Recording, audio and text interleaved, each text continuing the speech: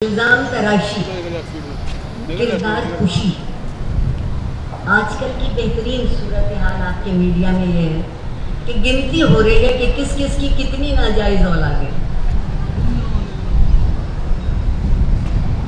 بتائیے اس گنتی سے قوم کو کتنا فائدہ ہوگا؟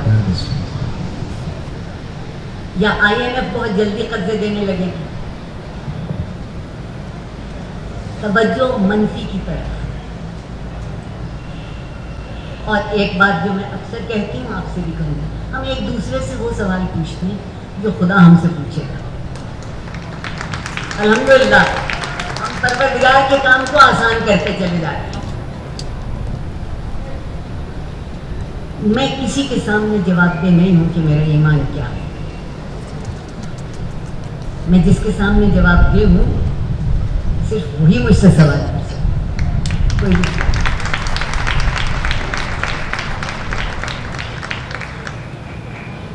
آپ معاشرے کو خوف زدہ کر کے خاموش تو کروا سکتے ہیں، مگر آپ معاشرے کو خوف زدہ کر کے راستہ بدلنے پر مجبور نہیں کر سکتے، راستہ بدلنے پر مجبور نہیں کر سکتے۔ اور ہمارا جی چاہتا ہے کہ ہر شخص ایک جبر کی زندگی گزارے۔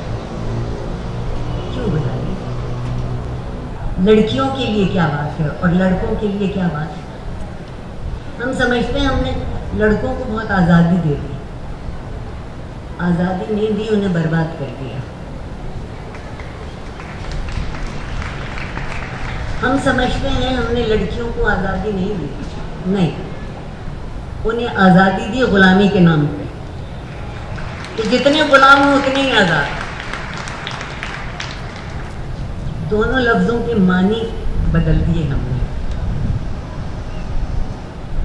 انسان آزاد ہوتا ہے جب اپنی عزت کر سکتا ہے خود۔ 10 سال بھی نہیں ہوئے ہوں گے تو لوگوں نے کہنا شروع کیا کہ حضور بے وقوف ہیں آپ لوگ، کم عقل ہیں آپ لوگ، اچھا وکیل ڈھونڈتے پھرتے ہیں، پیسے خرچ کرنا چاہتے ہیں، اور کبھی کبھی ایک مقدمے کے لیے کئی وکیل چاہیے ہوتے ہیں۔ تو ہم آپ کو یہ گر بتائے دیتے ہیں کہ وکیلوں کو جانے دیجیے، ایک جج کر لیجیے، معاملہ پار ہو جائے گا۔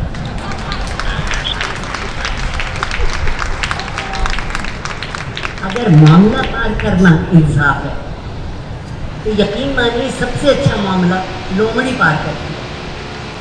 جتنی مخلوقات ہیں دنیا میں، ان میں جو سب سے اچھا معاملہ طے کرتا ہے وہ لومڑی کرتی ہے۔ اس پر حرف نہیں آنے پاتا اور ہر شخص اپنے زخم چاٹتا پھرتا ہے۔